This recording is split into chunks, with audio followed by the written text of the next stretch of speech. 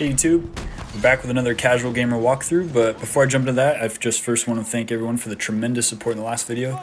I've been having a blast experimenting with these types of guides, and it means a lot to see there's a community that actually appreciates them. And shout out to everyone who left some amazing tips. Really looking forward to incorporating those into this and some of my future videos. So anyways, let's get back to the topic of this one. In my previous guides, I referenced learning the map and getting a feel for the flow constantly, but what does that actually mean? What am I talking about? So I thought we could dive into that, and I thought Season 3 was the perfect time since many of us will have not played Golmud Railway before, or even those who have not played with the current tweaks and objective placements. So this goes beyond just knowing where the objectives are and digs into learning the routes that work for your playstyle and can help build towards impactful matches. So this is actually only my second round ever on this map. I end up with 28 kills, 9 deaths, so not a lot, but I do get 16 objective captures. This one goes down to the last wire, so it's a good one at the end. It was a blast. Let's jump into the class. Alright, we're rocking an engineer again. I just feel like on this new map, being this large vehicle focus map, we gotta go engineer. It's my favorite, take advantage of the rockets and the mines. Got some great tips from some people in the last video about placing the mines in a triangle, so I gave that a bit of a try, as well as still doing the linear placements. And also got a great tip that you can run just as fast using the torch, which I didn't realize, so I'm not using the combat knife this time, just in case I decide to use the sledgehammer to break down some walls. For the gun, I'm using the SOR-300SC. I've got a 1.75x scope on this time. Still got that violet laser. I like that side-to-side accuracy. We got the flash hider for the fully hiding the in-world spotting. Extended barrel, vertical mag, this one's the ribbed vertical in this case, 30 round magazine, and the standard ammunition. Alright, so this is my second round ever on this map. Really didn't get too much of a feel yet for some of the main routes after my first match, so I wanted to come back and play it again here. Generally understanding the layout now, so I see there's one objective that's on the railway that's constantly moving. I think what I saw from the patch notes is that as you capture that, it switches direction, so that's kind of a cool mechanic in this map. But one of the tips I always have when I start playing a new map is I'll play it a few rounds in a row, and obviously the more you play it, the more you get to know it. But I'll kind of pick similar routes each time, and that way I kind of understand where I'm going to go one after another, and I'll tweak little things here and there based on how that goes match to match. So I always like to go for that first objective that's closest, just to make sure our team secures it. Sometimes you'll be on a team that just skips it for some reason, so it's easy points, it's boring, but it gets the scoreboard moving. Now what I could tell was, from the first round, was that there's definitely like a central focus on this map, which makes sense. They have a few objectives. I think it's E and D in the center, which is always has a lot of the focused fire going on. So I'm going to try to jump in there right away. I saw they went on and captured D pretty quick, so we're going to come in here. We got a teammate, which helps. We're trying to shift this momentum early. So keeping an eye on that mini-map like I always do. The vehicle driving by. Looks like he's coming back around. He might come in here. Yeah, he's coming in. Let's see if we can get him. Nice. Nice, so we get that first vehicle kill. It always feels good. Placing down the mines. Heard this guy and saw him on the minimap.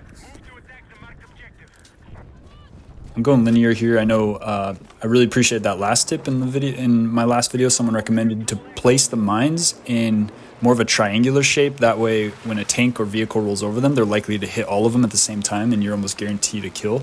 I really like that tip, and I give it a try a few times here. But sometimes when I'm just on the move quickly, I just like to kind of place them in a linear fashion. I was finding when I was trying to place the triangles, I was wasting quite a bit of time, but I do think that's probably more effective for taking out vehicles if you have the safety to put them down.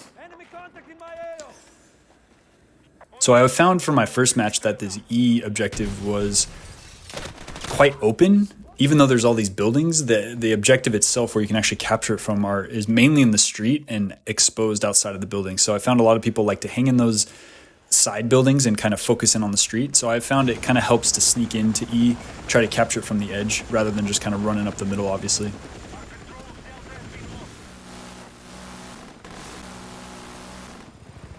And so when I'm learning a map, I'll try a few different play styles. So you see I hop in the vehicle. I'm not always one to hop in vehicles, but clearly this is a vehicle-focused map.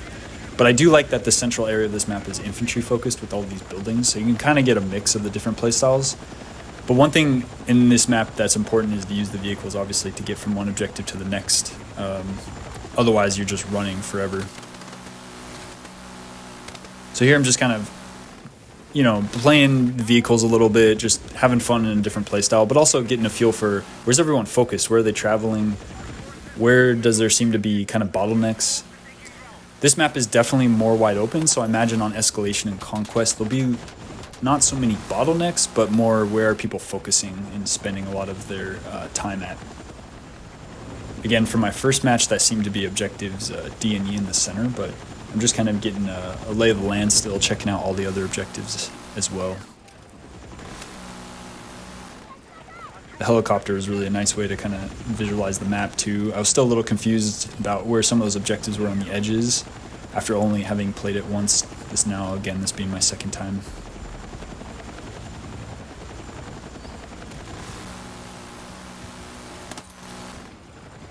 It is nice having this larger map now. I know a lot of us have been requesting this, a lot of traditional Battlefield fans, and I like it. My first match, it was definitely an adjustment after being used to these close quarter maps from all the other released maps that they had so far, and kind of readjusting to relying on vehicles, really. Other maps you can still run around. It might take a little while to get from one place to another, but it's doable. Here you definitely need a vehicle, otherwise you're just running forever.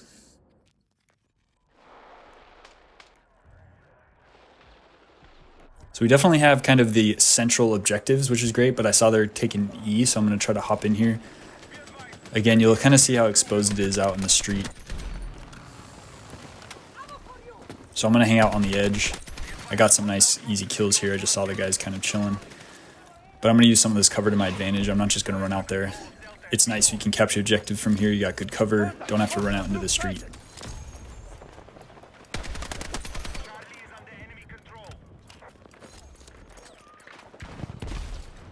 Yeah, I really enjoyed all the comments I got in the last video and some of those tips that people had, especially for the engineering class specifically, but keep them coming. It really is helpful. It helps me improve my game, and that's really the point of these videos is all of us are just casual gamers, just having fun, and, you know, in the end, it's fun to get better as well. So, you know, you just hop on at night after work, which is what I do sometimes, or maybe just once a week on the weekends, and it's just some of those little tips that can really help. Like, for instance, I didn't know you could run as fast just holding the torch, which that was a great suggestion that I received. And you'll see I kind of move towards that in this match specifically. That way you don't have to always use the combat knife if you actually want to try to use the sledgehammer, if you know you want to try breaking down walls and barriers and so forth.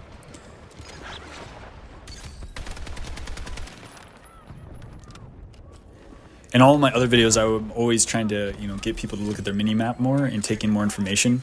That's easier said than done, I think, when you're learning a new map, to do all of that simultaneously. So I do find I tend to play a little bit more conservative when I'm playing a new map, just kind of seeing where people are popping out from. Like right here, you can see that's clearly a hot spot for snipers.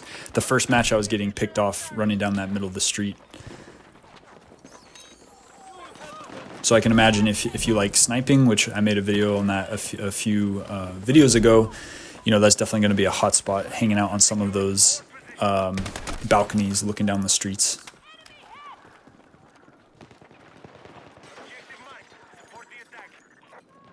I'm just playing kind of door to door right now. This street was also a big sniper alleyway when I played in the first round. So kind of trying to avoid that. You can really see how wide open the actual capture point of E is.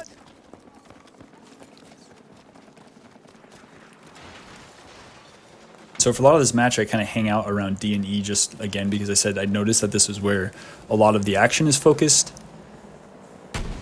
And it's kind of where the momentum swings. In the first round, I was jumping to a lot of the periphery objectives and the peripheral objectives, but you just waste so much time running out there if you don't have a vehicle that I found actually just trying to maintain E and D and C when it comes close on the railway actually was what caused the big swings in these matches. The second you lose one, it kind of felt lopsided, so it was big. It was important to go recapture.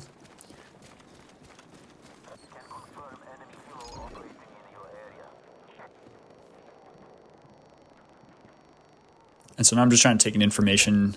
You know, you could camp forever, obviously. It's 1v1 on the objective. I get a teammate that comes in, so now this allows you to kind of play a little bit more aggressively if you want, since you have numbers to help you. So I'm just trying to see where this guy is, and he pops up for sure. So it depends on obviously your opponent, if they're aggressive or not, but it allows you to now start searching once you get some teammates that hop on the objective as well. So I just took info on the minimap. There's a guy right around this corner. That's why I'm cautious. I saw him pop up after he shot. He must have gone out. There he is. Our teammate got him. Got a shot from behind. I think that was a sniper. So I'm just being patient, letting my health regen, make sure we get the objective capture. I see there's a guy right outside on the mini-map.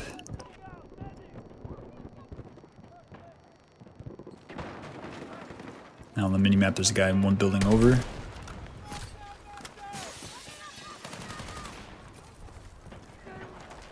I feel like there's a guy back there, so I'll just shut that door, even though it's already broken.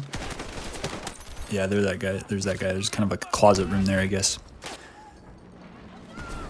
So yeah, obviously like learning these little back ways, that just takes time. I clearly don't know where these little back doors are yet either, and I'm just kind of exploring. Really, I'm focusing in on just learning again where the bottlenecks are, where are the tanks likely to roll through, especially as an engineer, where should you put your mines? Enemy contact in my AO.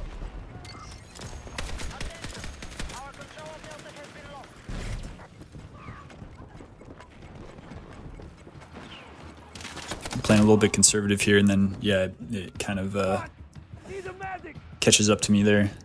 Guy sneaks in behind. Let's see if we can get the revive. Well, it looks like we're getting a bit more contested on the objective. Yeah, so we'll just skip it here.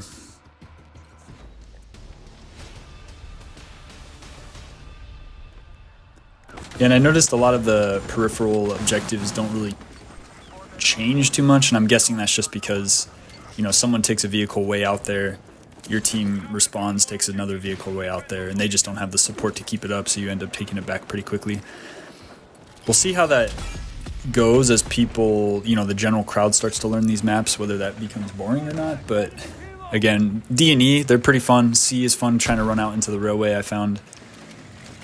So it seems like a really solid map overall. But I'll be honest, I'm looking forward mostly to Cairo Bazaar coming out in 5 weeks, I believe it is. Oh, and that guy takes out my mine right as I put it down. Got a good start, 14-4. You know, I'm not as aggressive as a player as some others, so I don't anticipate that I'm going to be putting up 50 plus kills on a map like this, just with my play style. I'm more objective focused and trying to swing the momentum a bit while still getting the kills when I can. I'm thinking about in the future making a video on different play styles and what maps are good for those to practice, but also to, you know, put up numbers if you're interested to try to improve some of your personal bests. Like just as an example, Iberian Offensive, whether you like that map or not, I think it's a great map to practice getting your kill counts up while still having an impact on the actual match. So I find that I'm actually able to keep my playstyle of focusing on the individual objectives, but I can still put up 60 kills on a really good game, which is not common for me. Say my average is, you know, around 30 to 40 depending on the map. This map feels like I'm probably going to average around 25 to 30 just with the huge expanse. It's a bit difficult for me to kind of find all the kills in that amount of time. So here I'm just trying to keep them busy, keep them occupied. Obviously, this was what I was mentioning earlier. I think it's difficult to capture these peripheral objectives because, like I just did, I started capturing it, but then they notice and they all hyper-focus, and you don't have the resources. Your team isn't spawning, or they can't spawn. But that's what I really like about Escalation, you know, because now as the map starts to shrink, it does become more focused.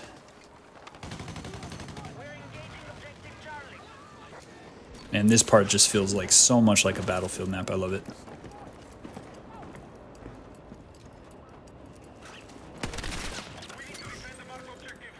Got a little guy joined us here. Give him the universal signal. Nice.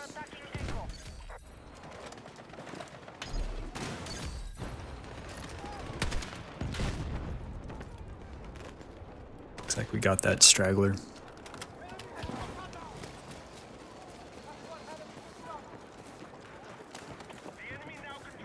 So yeah, like I said, when I'm trying to learn these maps, again, I'm focusing on smaller bite-sized pieces to learn. And, you know, you can play general, you could run around like crazy if you want, but I do find I do that kind of in the first round I ever play, and that was last round. And I think I had about a 500 KD, like 0.5 KD, or sorry, a 1 KD, meaning same kills and deaths.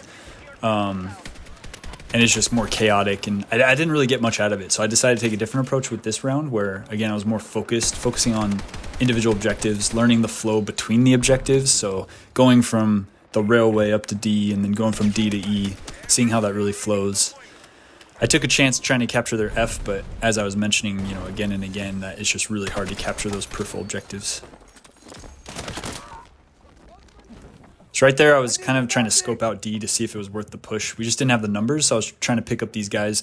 They were being a bit aggressive, pushing the kind of the front line of the objective. So again, that serves two purposes. On one hand, you can rack up the kills, but on the other hand, they're shooting back at you, and so they're appearing on the mini-map for your teammates. So your teammates can now collect that additional information and determine whether they're ready to make a push or to hang back if they're paying attention. And if you do it successfully, you can, you know, stay alive and you can rack up some of those kills. So I see a guy on the mini-map right below. Yeah, there he is. Got lucky there.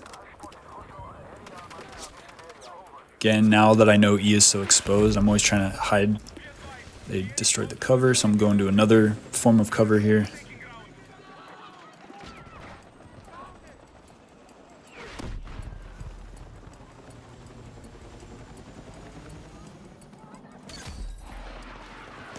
I do really like all the vehicles on this map. It does truly feel like a battlefield map again. But again, like I said, I didn't mind all the smaller maps. That might be a hot take, but it's just a different style. And I think, you know, the take home is that we need more, or a mixture. We didn't have the classic battlefield style maps, and I totally agree. And so I'm glad they're starting to address that. But I'm not unhappy having those other maps. Like, I really like the Cairo map and some of those others. I can't stand the oil field map. I don't even remember the name of it. I don't even play it. It's way too open. I think they were trying to go battlefield style there, and they just missed a little bit. I appreciate the effort, but they need to rework it, kind of like what they did in 2042, where they revisited some of the maps and adjusted it. I think they can adjust it and turn it into a playable map, but in its current state, I don't even queue it up. Every time I queue it up, I regret it, and I drop out within the first 2 minutes.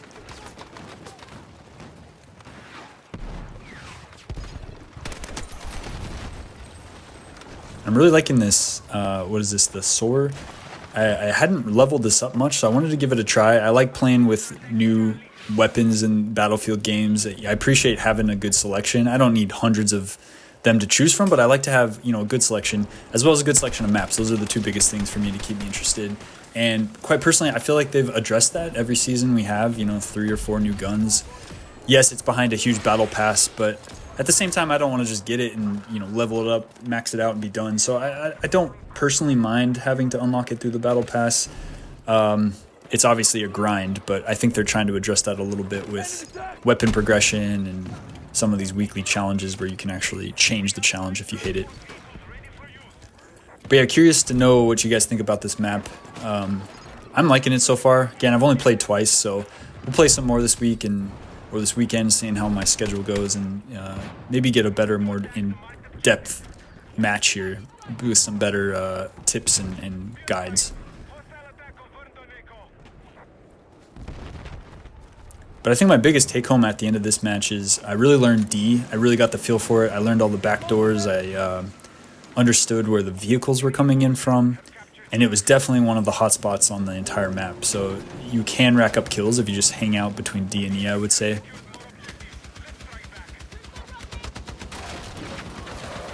I got saved there since I missed a lot of those shots. I would say I do notice the recoil changes on controller. So I play on controller here, and it definitely took a second to adjust to. I don't know if that's my imagination, kind of like just like a placebo effect of knowing that there was a change or what, but I definitely felt like I noticed it. Still not too bad though. So I saw a guy run around. I hear him on the audio. I'm gonna get one. Someone snuck up behind. So we're losing the momentum here a bit.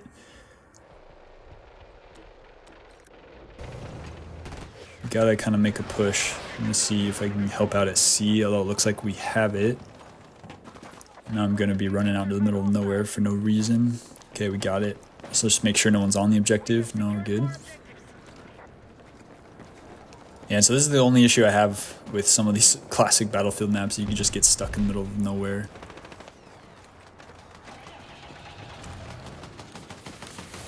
Heal this guy up. Let's try to get central again. So we took back the momentum. I'm going to guess they're pushing D pretty hard, but it really depends on how much we were able to push towards E. If we can kind of make that line closer on their end versus ours.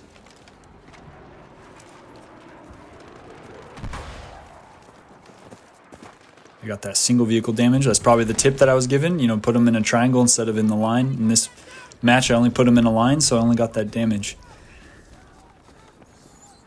So yeah, they haven't, one guy came on D, but they haven't really pushed it too aggressively yet. So I'm guessing we're making more of a push towards E at the moment. But I'm going to keep an eye on the back here. I noticed this gives you a little bit of a better view of people running down the main street. Some guys will try to sneak around here, but I do find people still try to go up this middle area, so you can kind of pick them off. But I think I've given this tip in some of our other videos. After you shoot a bunch or get a kill, it's always good to reposition, because even if you're not showing up on the minimap, depending on if you have a fully hidden suppressor equipped or not, people are still recognizing and taking in information on where you are. Like they can see your bullets. So it always leaves the other team kind of in surprise after you get a kill, or you know, fire off a magazine to switch spots.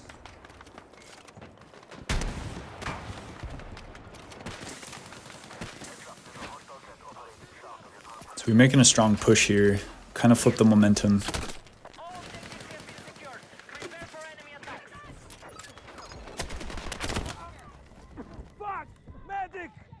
The guy snuck up. Let's see if we can get the revive. He's just hanging out there though. It could be dangerous. Oh, we're getting pulled back. Perfect. Instead of just reviving me in the open, that was perfect. Okay, they brought in a vehicle. Let's see if we can... Okay, I think that guy's gone. Let's see if we can take out the vehicle.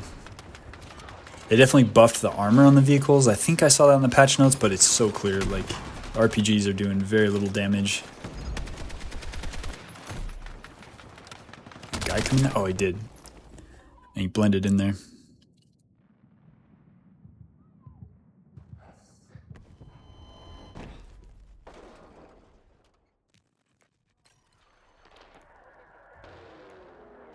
Look like we have this one, although they took D, so it halted our progress. Oh, they captured it. Okay, this is just flip the momentum on their end. Ah, that guy snuck in. So that kind of brings up to one of the previous tips I always talk about, and it's just your body exposure. I mean, that was stupid on my part. I was trying to get some information, but I was just standing in the open. Easy target. Got picked off. I should have probably either crouched behind one of those little barriers or eased my way in, try to get a better view. That guy was playing a bit more aggressive. He kind of jumped around the corner. So yeah, another tip, I'm sure a lot of you know that, but if you just hold your cursor over one of the objectives, you can get an idea of what the numbers are, which is helpful as you approach. You can kind of plan like how aggressive you want to be when you take the objective. So I had seen there was about 3-2, and then I think it went 3-3, but then as I approached, I got one guy, and then another guy left or got killed. So we pretty easily flipped those numbers. So you can feel a little bit more comfortable hopping in. So yeah, I always avoid that street now. I've learned to just get picked off easy. There's a guy right around this corner on the minimap. Hiding down here. Got him. That's another street that I noticed from the first round that always has people sneaking around, so I kind of like to go this route. Now this street is where the snipers like to stare down and the tanks, so I always go around, left or right. Shouldn't say always, this is only my second round, but it seemed to be working better now to go around. So I saw a guy shooting up here on the minimap. Yep, he's still there. There he is. Got him. There's another guy farther in the distance, but we'll just leave him. This momentum changed pretty quick, and we may not have time. So right now I'm just going all in. We're about to lose. Even though it's pretty even, there's just not much on the ticker left. So we got to get in here and try to capture this. So yeah, we swung it. We paused their advance, which is great. Oh, and I died there. That's fine. I needed to be aggressive. We needed to make sure that swung. And now we have it, so we're swinging back the other way. And so yeah, I want you guys to enjoy the last few seconds here. But that's going to do it for this one. Leave a comment down below if you found this format of video useful or if you have any tips that have helped you improve along the way. As always, thanks for watching. If you enjoyed the video, consider leaving a like and subscribe if you want to see more. Be sure to spread some positivity, and I'll see you in the next one.